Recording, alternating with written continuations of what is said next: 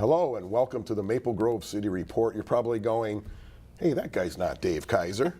And I'm not. Hi, I'm Mike Johnson, filling in for the vacationing Dave Kaiser. Yes. It's fair to say Dave is in a much warmer climate. That's good. And it's very rare. In fact, the last time I filled in on this show was 2.5, 3 years ago. Maybe, no, even longer than that. Is that the last time you let him go on vacation? I think something like that. I think the stars and the planets were aligned just perfectly. Okay. And I was reading this morning about the supermoon. Yes. And we're at a supermoon Maybe right about that's now. it. So maybe the next time the supermoon comes after this one, I might be hosting again. Okay. Anyway, we want to wish Dave well-deserved break in a warmer climate. We cannot disclose where Dave is. We just know it's warmer where Dave is. That's good. So I am very honored to be interviewing Heidi Nelson, City Administrator from Maple Grove. Welcome to. Thank you. Really, it's your program, and I'm just here to kind of facilitate and ask some basic questions. Yeah.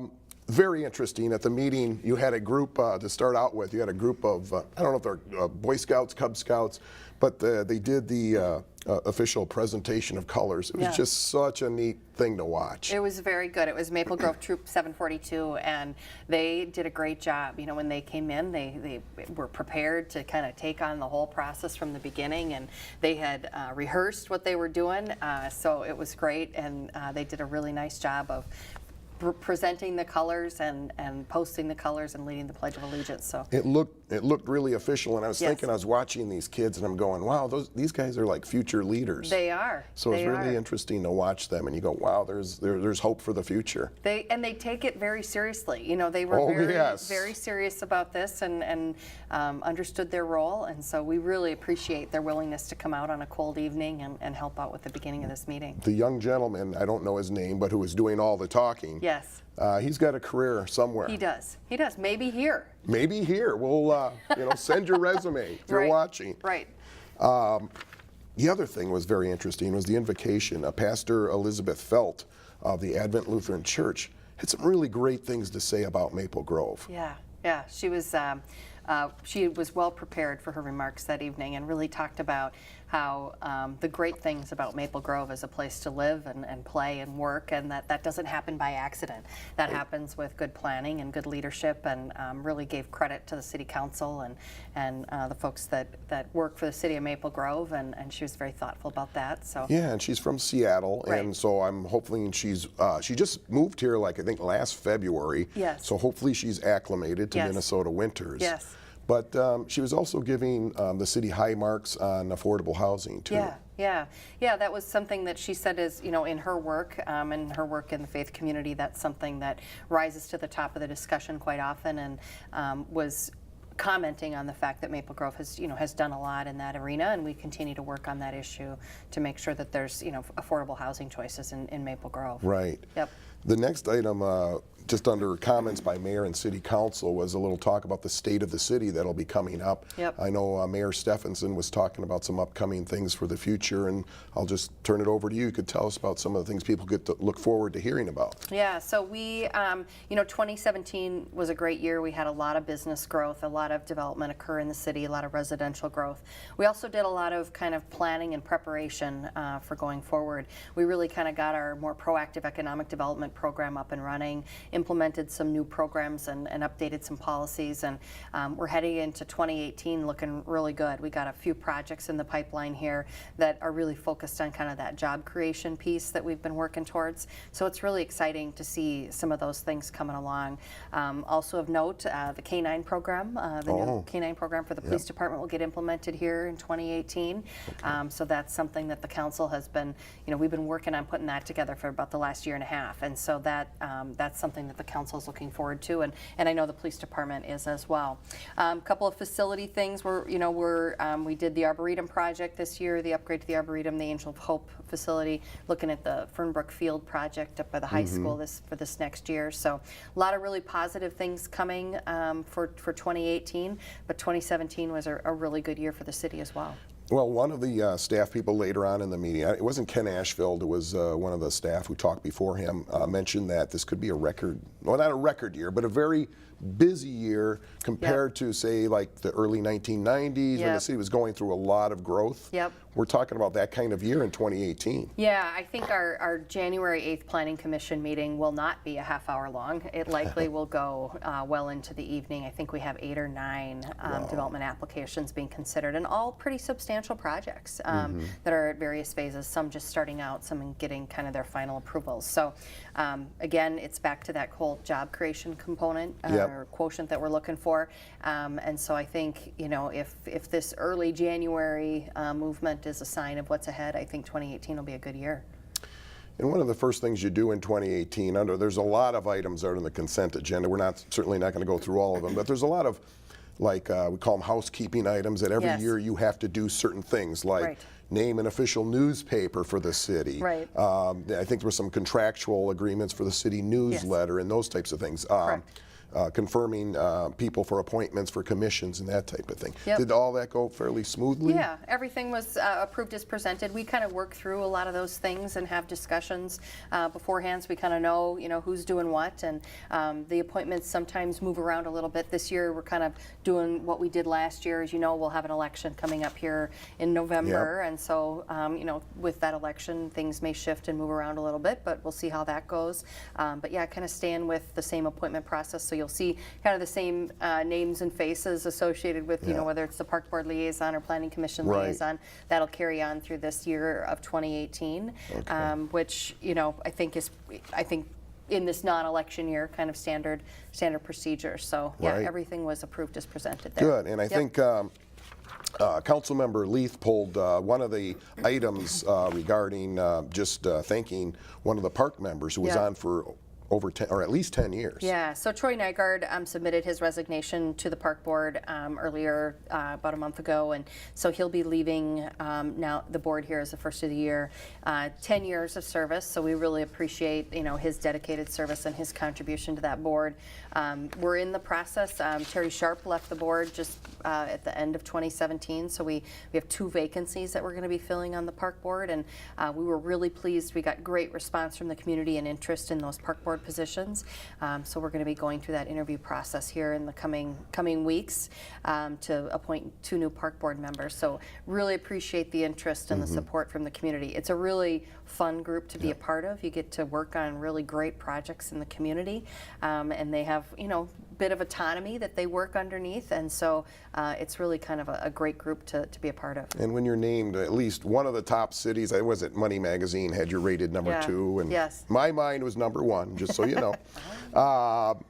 You know, to be on a commission or a board on a city that's going through this growth and is really recognized as a city with all these amenities, and you're serving all different demographics, it's really quite an honor to do something like that. And then you look at, you know, it's kind of a good problem to have when you think about it. You've got more people applying than you have for positions.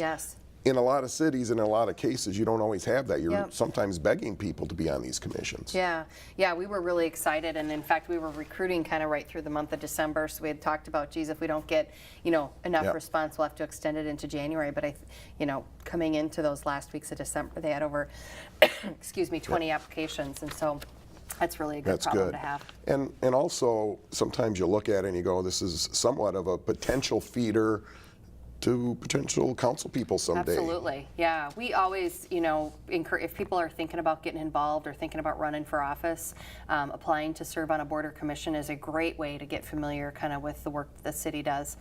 Particularly Planning Commission is a great opportunity because we deal with so much development work at the city.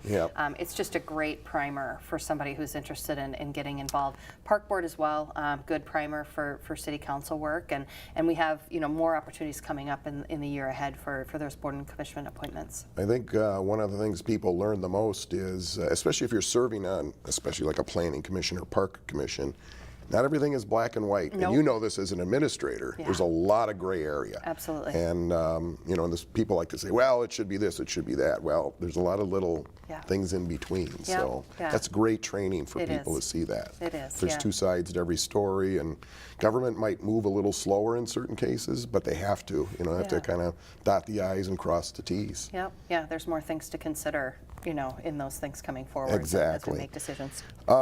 You wanted to talk a little bit about the Wonders of Winter events. Yeah, Yeah, so we've been kind of working through trying to do some things around the time that the big game is going to be in town, February 4th, of That's course. right. You can't say the official name. You can only say the big game, You can right? only say the big game. Otherwise, Remember you got that. to We can't say the pay a other lot of name. money, and we don't want to pay a lot of money. Exactly. So We're a nonprofit organization. we're local government. We don't want to pay for that. So we are doing some events around the big game. So the Thursday night prior to that Saturday, February 4th, I think the Thursday night is February 1st, there'll be a football combine up at the Dome, and it's free.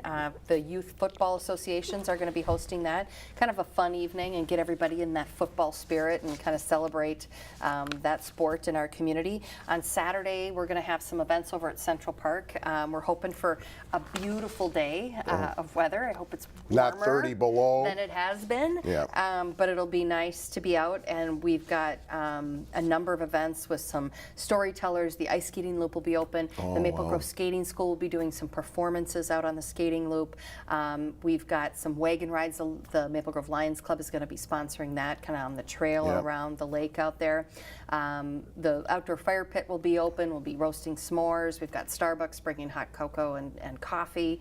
And outdoor ping pong, and the Nordic Walkers will be out, kind of demonstrating that sport for people. So a lot of really fun things going on in the park. 11 to 3 that day. We're going to start marketing that event here probably early next week. So look to social media, website, or give a call to City Hall to get some information. There'll be a flyer going out. Are many of these items free too for the people? Most everything. Yeah, everything at the park that day will be free. Of course, if you want to rent skates or buy anything from concessions, there's a cost to that. But most of the events over there will be free.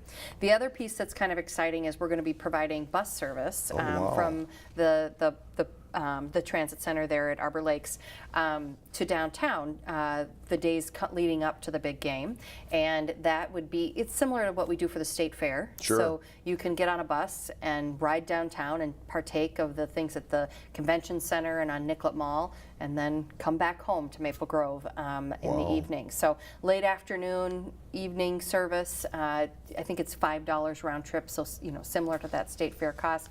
Don't have to drive, don't have to park, don't have to figure out where you need to be. They'll drop you off at a convenient place, and you can go down and take advantage of everything that's going to be going on downtown. So that's kind of another fun piece. So our marketing materials that we're going to be getting going with here will kind of highlight all of those aspects of what we're trying to do around this event. I think Maple Grove, and again, I'll say just for the big game, you've been doing a good job, by the way. You have not mentioned I've been trained good by legal. Very good.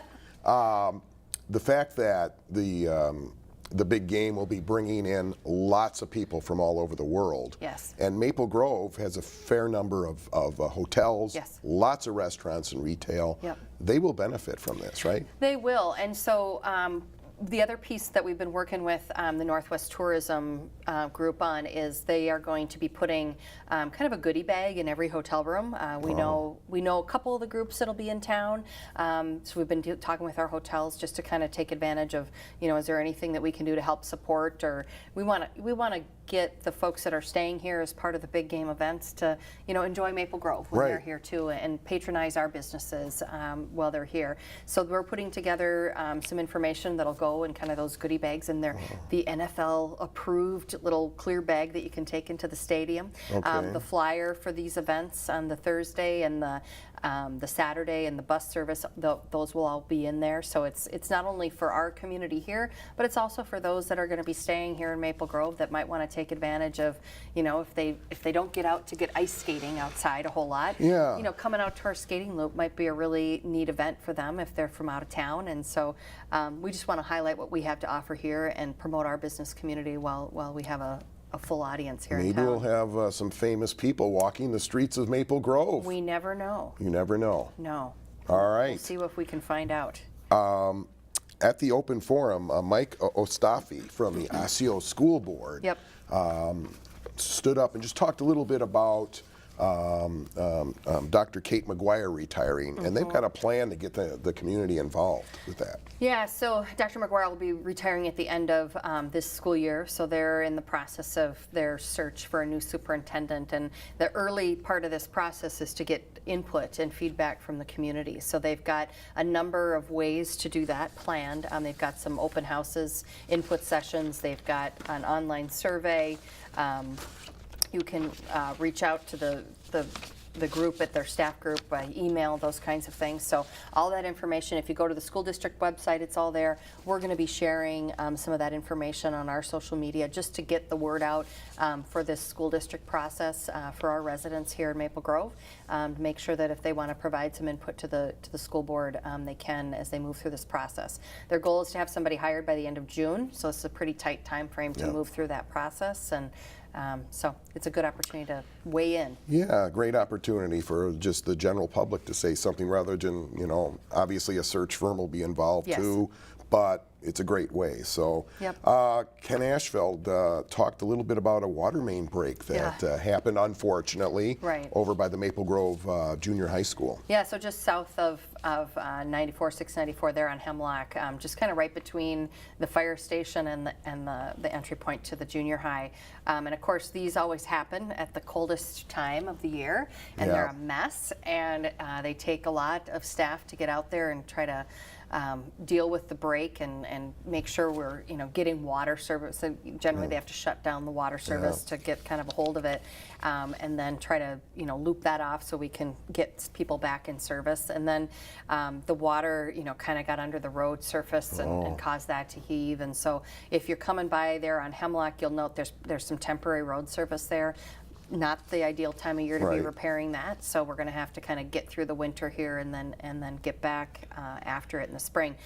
Great effort by the folks that had to come out and work in that weather, and it's wet and it's cold, so we really appreciate the time that they spent to do that. And our fire station was, you know, luckily close by, so our fire staff was able to open the fire station and give people an opportunity to come inside and get warmed up and whatnot. So appreciate the efforts of our staff to kind of come together and deal with that. Those aren't fun situations to deal with, but we got through it. So it's good. Staff are unsung heroes in situations like that, and you think sometimes we take all these things for granted, just like simple running water, but if you don't have it, it's a major deal. Yeah, and I mean, school wasn't in session, so there wasn't as much of an impact there, but you know, we have residential neighborhoods just to the south and some businesses in and around the area, so yeah, important to get that service back up and running. So thank you to all the crew people who were out there when it was really cold and everybody else is kind of, you know, bundled up by their fireplaces or whatever, but thank you for that. Then you had a little update. Yeah, so we're going to be heading into the legislative session here, end of February 20th, the 2018 session starts. We'll be working on, the council will be looking at a legislative, kind of our platform update, things that we'll be focused on during this session. It's a short session this year, so it's still kind of up in the air about, you know, how much is really going to happen this session. But we do have a bonding request for expansion of the North Metro Law Enforcement Training Facility, and then we'll also be continuing to work on, you know, funding for the completion of 610. There's also other legislative agenda items that we pay attention to that affect cities, and so there'll be some focus on that as well on the 16th. And then we anticipate over the next few meetings here, we're going to be hearing from our legislative representatives in the area. They'll be coming out to brief us on what their thoughts are for the upcoming session, and then council has an opportunity to share with them kind of what our priorities are too. Okay, well, it's a very important part to have the buy-in from and also, you know, the control that our legislators have in terms of what happens within our cities. So, and I'm sure that's a big part of your job, making sure that there's that connection. Yep, absolutely. So, couple things you wanted to mention about city offices will be closed, what, in a week or two? Yeah, we've got the Martin Luther King holiday coming up Monday, January 15th, so city offices will be closed that day. Okay. Yep. And we talked a little bit about State of the Cities, but there is a big event, and there's like 4 cities involved with it. Do you want to tell us a little bit about that? Yeah, so this is the more formal State of the Cities. The North Hennepin Chamber of Commerce puts this event on. It'll be Thursday, January 11th over the noon hour. It's at the Minneapolis Marriott Northwest there, right off of Boone and 694. It's Osseo, Brooklyn Park, Brooklyn Center, and Maple Grove that these cities come together to do their State of the Cities, kind of an annual event. So Mayor Stephenson will be providing that event or that presentation there at that event. And the public, you know, if you're interested in attending, you can give a call to the North Hennepin Chamber, and they have tickets available for that event. Perfect. Have some retirements to announce. Yeah, and this has become kind of a constant, you know, message new from guards the city. take, all us old timers are starting to retire, Well, everybody's Not been you, there, me, I'm yeah, getting older. 30 plus years, so it's pretty amazing when we look at the service of these folks that are taking advantage of the retirement. So Jody Iliff in our Community Development Department and Julie Felina in our Administration Department. So we extend our appreciation for their service and wish them all the best in their retirement. Yeah, thank you for your service. What I found interesting in these notes is you have this new position that you're creating regarding a passport administrative support clerk. Does this mean you're going to be offering passports or service at the city? We are. So earlier this fall, late summer, the local Department of State reached out to the city and asked if we would be interested in considering offering passport services from the government center. A number of cities around the metro do provide this service. I think our closest, Robbinsdale, provides it. Golden Valley might too. I think Golden Valley, and then Wayzata does, and then some others, bigger cities on the south side. So we explored the opportunity, looked into it, and thought this was something that we could probably provide from the government center. We have a second floor reception area that hasn't really been occupied for some time, and it would be a great opportunity to provide that service up there. And we hear from residents that it's hard to find a place to get a passport up in this neck of the woods. Hennepin County, of course, stepped out of this work back in 2013-14. There was some changes that came down about kind of separation of duties, about issuance of birth certificates and driver's licenses, and then passports, and needing to physically segregate, and then the staff that does those things. They've still been shifting that stuff around a little bit, but Hennepin County hasn't.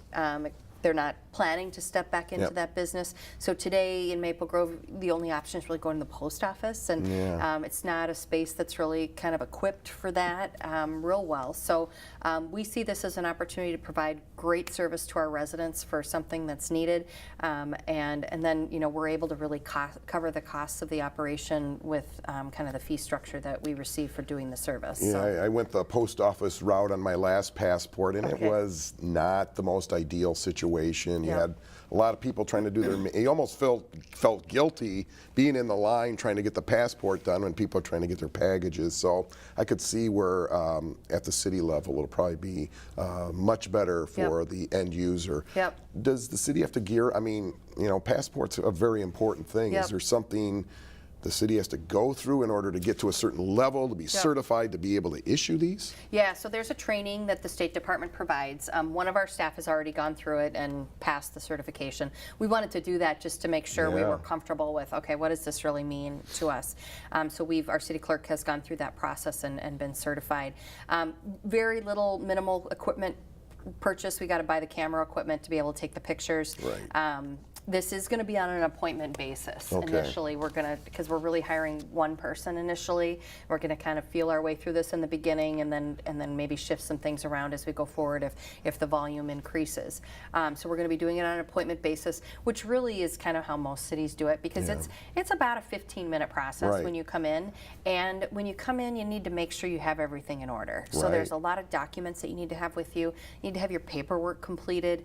You have to write a check. The State Department won't accept credit cards, that kind of thing. So it really is something that you want to kind of be prepared when you're coming in. You don't, you're not just stopping by and not having. Hate to be the last person in line and say it's an hour wait, and then you get up the line and they say, well, you're missing this form. That would not be good. And it's not stuff that people are carrying on their person, their birth certificate, those kinds of things. And so we want to make sure that people understand what the requirements are when they're coming in for their appointment. So, and the other piece is, even if you are just renewing a passport that's within the time frame to renew, we'll be doing passport photos, so we can take your photo there, and that's something that you can go to different businesses around town and get those done, but we'll be providing that service whether you're working through the passport process with us or not. So well, that's great news for the all the residents. Now, do you take people outside of Maple Grove? Can they go there too? Yep. This will really serve the whole Northwest Metro. Okay. So you can get your passport done at the city of Maple Grove. You also have another position you're recruiting for, a youth outreach program specialist. Yeah. So this is a position that's been in place over at the community center for a number of years. We did kind of an internal movement promotion for Tanya Hilger that was in this position for some time. She's moved over to our special events coordinator position, and so we're looking for somebody to fill this great opportunity to kind of work in our teen center and do youth outreach in the community. And all these jobs are available or listed on your website, Absolutely. right? Yep. Okay. Yep. And then, of course, we also want to mention about the openings on the Lake Quality Commission. And you Yes. don't have to live on the lake to be on the commission. You do not. All You right. do not. So we have 2 openings on the Lake Quality Commission. They serve at large. So we do have some representation, specific representation from the various lakes and their lake associations on the board, but these are for 2 at-large positions. And this is a 12-member commission, and they serve a 3-year term. And then it focuses on various issues concerning water quality, the quality Right. of lake water in our community. So kind of a fun board to be involved with. And Maple Grove, the lakes are a major asset to the city. I mean, Yes. You've got Fish Lake, Eagle Lake, Weaver Lake, Rice Lake, Cedar Island Lake, and then other little lakes in between. Yep. And they're a tremendous asset for the city. Yeah. So. Those applications are available on our website too, and it's open through Friday, close of business Friday, January 19th. Perfect. Yep. You were talking close of business. We're going to talk about open to business. You want to Yes. talk a little bit about the open to business program? Yeah, so we implemented the Open to Business program probably mid-year last year, and they are in our offices the second Tuesday of every month from 10 a.m. to 1 p.m. The next session coming up here quick, Tuesday, January 9th. Information about how to connect with Open to Business is available on our website. They do want you to call ahead, make an appointment, kind of the same thing. Yep. The counselor that's there, there's certain information about your business that he'd like you to bring with and be prepared for that discussion. And so it's good to give a call ahead and set an appointment to come in. And we've had a lot of entrepreneur. This is really kind of more focused on the small business aspect, entrepreneurial kind of business folks in our community. So we've already, had 30, 40 people that have come through and met with this business counselor, and so it's great to have this resource available to those that are either operating a small business or live here in town and have a small business. Perfect. It's a great opportunity. I know this is a ways away. It is. But you do want to mention, get people kind of geared up for the photo contest. Yeah, and this is a beautiful time of the year when we have snow events or cold weather to be out taking pictures. We want to represent all the seasons of Maple Grove, and so if you're out taking pictures this time of the year, keep in mind that we do have the photo contest coming up. It won't open until June 1, but we would love to see a lot of winter photos from this time of the year when that contest opens up. It's a great opportunity for people to, go out there, and especially like wintertime when you think Yep. about it. It's if you announce the contest later and they forget about it, you want winter shots. Yeah. And maybe there'll be something too with all the things happening around the big game. Right. That might be Yeah. worth events at taking the skating pictures loop of. or Elm Creek Park Reserve, all of the things that people get out to enjoy the winter time here. And a couple things we'll mention very quickly, outdoor ice rinks. Yes, outdoor ice rinks are open for use, and the warming houses are there, and this weather certainly has helped us to get good ice established in all those locations. So information available on our website about where those outdoor ice rinks are located. And let's tell people about Coffee with a Cop really quick. Yes, Coffee with the Cop coming up. The first 2 sessions have been during the day. This one's going to be in the evening, Thursday, January 11th from 5:30 to 7 p.m. This one's going to be at the Starbucks right there on Wedgwood Lane across out from Cub there. So stop by and have coffee with a cop. And Farmers Market starts indoor on February 1st. Yep, we're taking a little break here for the month of January, and Thursday, February 1st from 3 to 6 p.m. Inside the community center, and they want you to pick up some goodies for the big game celebrations. And then, usually on any given week, there's probably 20 plus vendors that are there, and some of them have, continue to have produce available into the winter months, but there's certainly kind of all those jams, jellies, pickles, Right. eggs, meat, those kinds of things that are available as well. And final, I'm running out of time here, but give us the Reader's Digest version on the Polar Plunge. So the same day that we're having all the events prior to the big game, the Polar Plunge will be happening out at Fish Lake, and that's Saturday, February 3rd, and that's in support of the Minnesota Special Olympics. Our police department always plays a big role in that event, and a lot of our officers and Chief Warner are out there jumping in the frozen lake. Councilmember Judy Hansen jumped in the frozen lake wow. last year. So this is a great event, and you can either sign up up to participate, or you can sign up to sponsor somebody that's participating already. So, Okay, perfect. Yes. City Administrator Nelson, thank you so much. thank you, Mike. We want to thank you for watching. The next Maple Grove meeting will be on Tuesday, January 16th at 7:30 p.m. And certainly you can want to comment on our program. You can call our viewer response line at 763-533-1710 and let you know that Dave Kaiser will be back here on set. Again, on a well-deserved vacation. He will be back here, and I think in the next supermoon, 2 years from now, I Right. might get another shot at this. That'd be great. We will see. Thank you so much for watching.